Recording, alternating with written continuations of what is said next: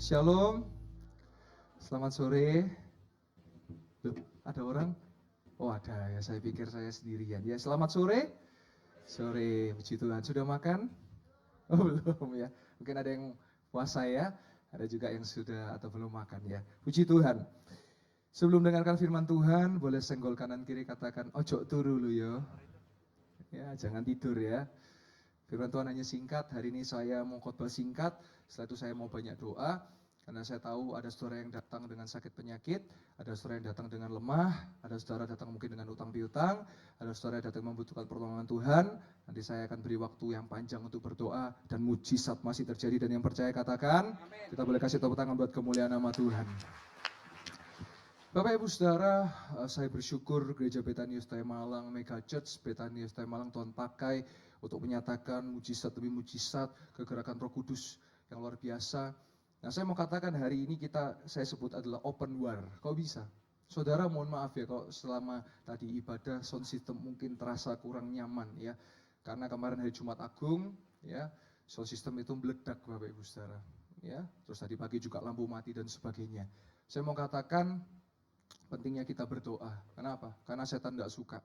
Kalau ada mujizat, ada pelepasan, ada pemulihan, setan gak suka Bapak Ibu Saudara. Sebab itu kita harus banyak berdoa, kencang-kencang berdoa. Ya betul memang ada kendala teknis, betul.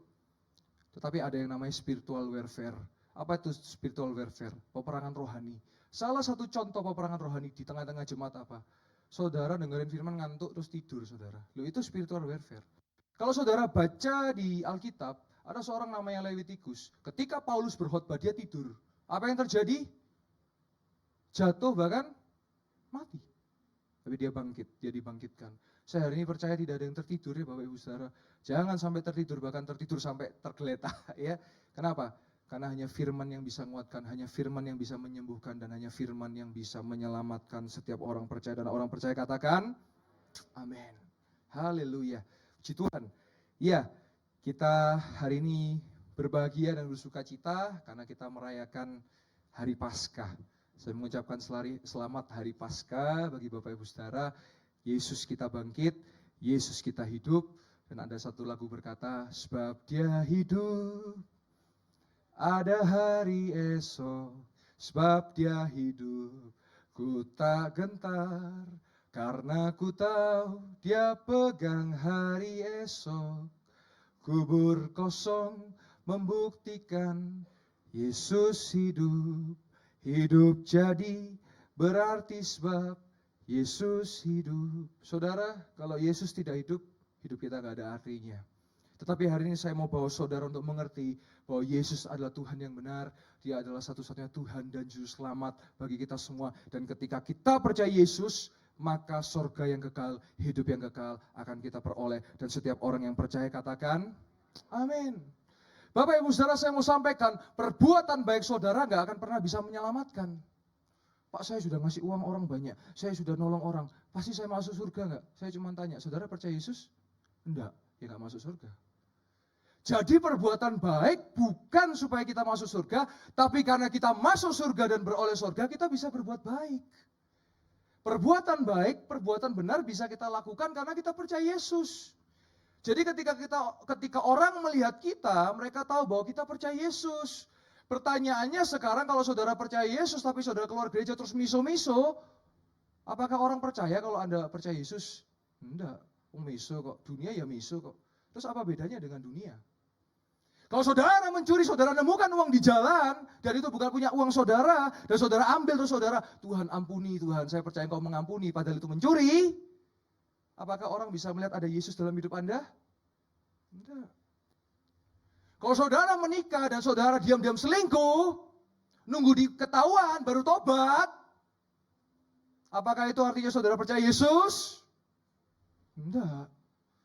Karena ketika saudara percaya Yesus, maka perbuatan baik, perbuatan benar adalah buah dari kita percaya Yesus. Yang percaya katakan amin. Jadi hari ini tugas kita sebagai orang percaya, kita tunjukkan bahwa kita ini orang percaya.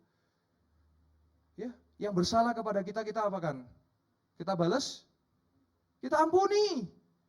Tidak mudah saudara. Saya terus belajar. Saya minta kekuatan Tuhan. Kalau saya paling gampang saya cerita diri saya sendiri deh. Di depan muka saya bisa dimaki, saya bahkan bisa dipisui. Apakah saya balas itu dengan kejahatan? Enggak. Saya ampuni, saya doakan yang terbaik. Enggak mudah, saudara. Ada 3 hal yang saya mau ajarkan kepada Bapak Ibu Saudara, dan ini adalah 3 hal yang diajarkan oleh dunia, diajarkan oleh setan, dan diajarkan oleh Yesus. Yang pertama, kalau dunia mengajarkan baik dibalas baik, jahat dibalas jahat, itu ajaran dunia. Kalau ajaran setan, baik dibalas jahat, jahat dibalas lebih jahat. Tapi cuman Yesus yang ngajarkan apa? Jahat dibalas baik. Dia ditinju, dia dipukul, dia diludahi, dia dicambuk, dia mau mati aja dikasih anggur asam, yang dimana itu berarti anggurnya sudah rusak. Tapi dia katakan apa? Bapa, ampunilah sebab mereka tidak tahu apa yang mereka perbuat. Ketika dia minum, dia katakan, aku haus. Dikasih anggur asam oleh orang-orang itu. Loh, anggur itu harusnya rasanya apa? Manis. Kalau asam berarti rusak. Dan dia dikasih anggur asam berarti dia dilecehkan. Dia kalau bahasa sekarang diprank, Bapak Ibu Saudara. Dan ketika dia minum, rasanya asam, dia berkata apa? Sudah selesai. Tertunduklah dia dan nyawanya dia berikan. Tapi apakah dia dendam? Enggak. Dia mengampuni setiap orang. Dia mengasihi saudara dan saya. Nah, dalam perjanjian lama dikatakan bahwa Allah itu Esa. Ditulis Allah itu Jehovah, JHVH, YHVH. Bahasa Ibrani itu tidak menggunakan kata atau huruf konsonan. Jadi bahasa Ibrani konsonan itu huruf hidup ya, A, I, U, E, U. Bahasa Ibrani itu banyak huruf matinya. Nah, YHVH yaitu Yod, He, Fa, He atau Jehovah atau Yahweh itu artinya apa? Artinya adalah lihat pada tangan yang dipaku itu. Siapa tangannya yang dipaku? Yesus. Itu menunjukkan bahwa Yesus adalah Allah. Yesus adalah Allah yang bangkit. Dia adalah manusia, 100% manusia, Tuhan yang menjadi 100% manusia, serupa dengan Anda dan saya. Kenapa dia mau jadi manusia? Karena dia mau tebus dosa saudara dan saya. Dan oleh bilur-bilurnya yang sakit menjadi sembuh. Saudara tahu bilur? Apa itu bilur? Koyor-koyor itu loh Bapak Ibu Saudara. Kalau saudara makan daging, itu kan ada bagian lemaknya ya. Nah itu koyor, kalau saudara misalnya luka, ada putih-putih, itu bilur saudara. Nah, oleh bilur-bilurnya yang sakit menjadi sembuh. Nah, ada satu momen ketika Yesus bangkit, dan saya mau sampaikan kepada saudara apa maknanya. Mari sama-sama kita buka di Lukas 24 ayat yang ke-12. Lukas 24 ayat yang ke-12. Firman Tuhan katakan apa? Sungguh pun demikian Petrus bangun, lalu cepat-cepat pergi ke kubur itu. Ketika ia menjenguk ke dalam, ia melihat hanya kain kafan saja. Lalu ia pergi dan ia bertanya dalam hatinya, apa yang kiranya telah terjadi. Bapak Ibu Saudara, saya kasih tahu maknanya. Yesus hidup dalam tradisi Yahudi. Dia hidup pada masa Yahudi, ada Romawi, ada Yunani, ya. Di situ ada banyak peradaban. Nah, Yesus ketika terjadi itu, berarti kan kubur itu sudah kosong, betul? Sehingga tertinggal kain kafan yang terlipat. Nah, saya kasih tahu Bapak Ibu Saudara, dalam tradisi Yahudi, kalau ada kain yang terlipat, ini diutarakan sama seperti kondisi kalau makan perjamuan makan. Ketika perjamuan makan, itu ada yang melayani atau biasa disebut waiters gitu ya. Sedangkan ada yang nanti yang dilayani ya berarti konsumen, betul?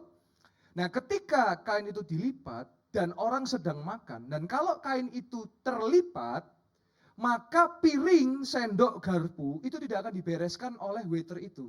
Kenapa? Apa artinya? Karena artinya kalau kain itu terlipat di situ, artinya yang duduk di situ akan kembali lagi ke situ. Jadi saudara tahu makna apa kain kapan itu ditinggal di situ terlipat? Artinya apa? Saudara bisa terjemahkan maksudnya apa? Yesus akan kembali lagi untuk kedua kalinya. Dia akan kembali datang ke dunia ini kedua kalinya sebagai raja. Dia datang pertama kali dia sebagai anak manusia. Dan kedua kalinya dia sebagai raja dan akan menjemput kita semua orang yang percaya. Nah pertanyaannya, saudara sudah percaya Yesus sungguh-sungguh atau tidak?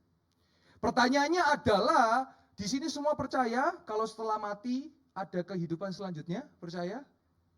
Di sini percaya bahwa semua suatu saat akan mati, betul? Entah kapan, tidak tahu kapan, tapi pastinya akan mati, betul? Nah pertanyaannya kalau saudara di kehidupan selanjutnya, pilihannya cuma dua. Satu sorga, satu neraka. Saudara mau ke sorga atau mau ke neraka? Ke sorga. Kalau ke sorga melalui siapa? Yesus. Kenapa melalui Yesus? Loh ini kita mesti pertanyakan dong. Enggak, jangan karena saya lahir di keluarga Kristen, jadi saya percaya Yesus, pokoknya karena saya keluarga Kristen. Enggak.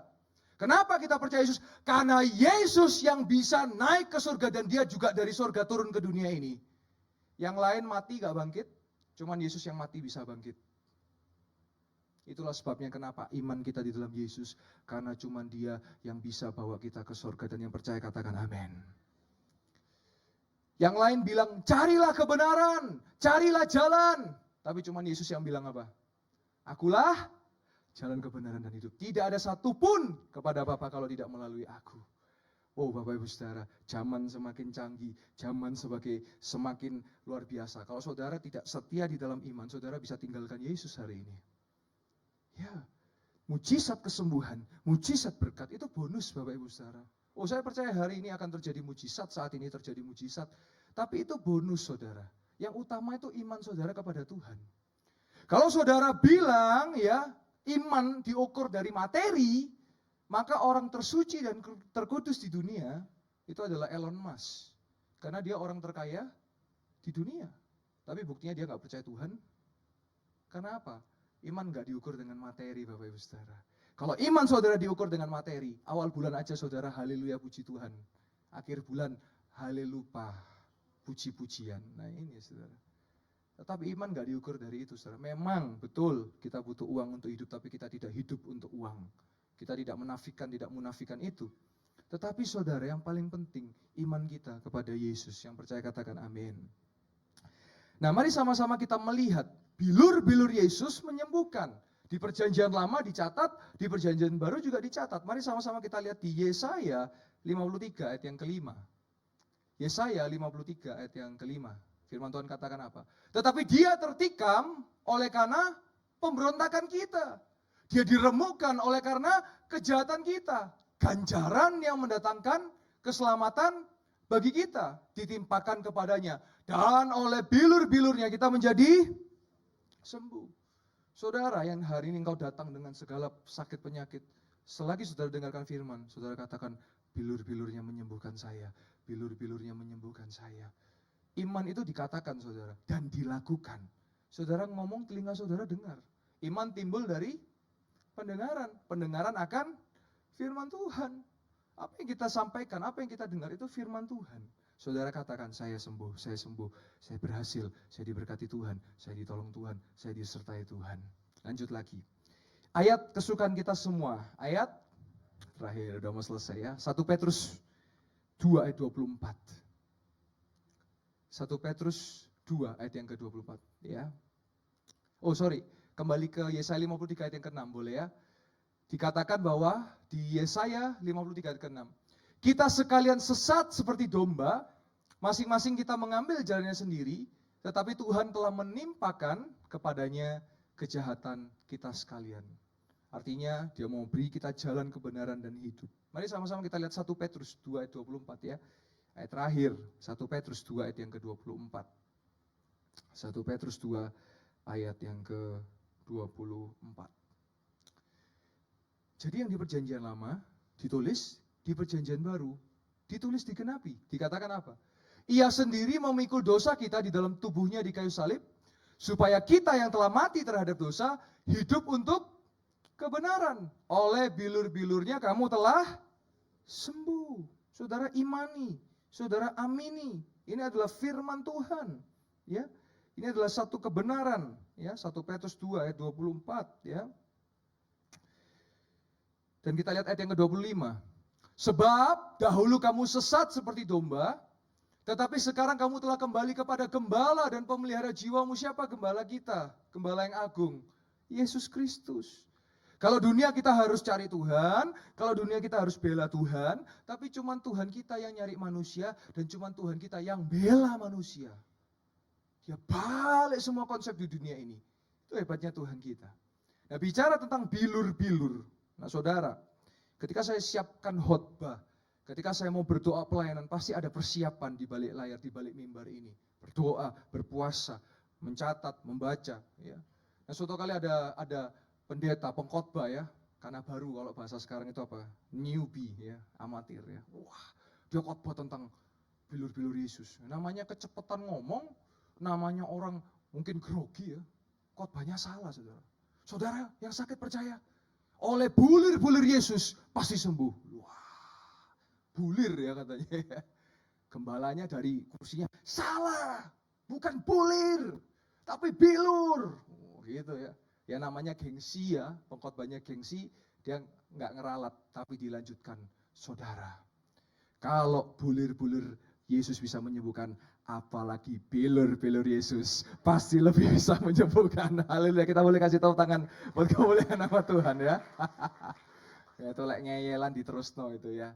Jadi bukan bulir, tapi bilur. Jangan kebalik loh ya. Nanti saudara di sekolah, kemarin saya dengar khotbah pendeta Pastor Yoel, khotbah tentang bulir-bulir, diketawain saudara.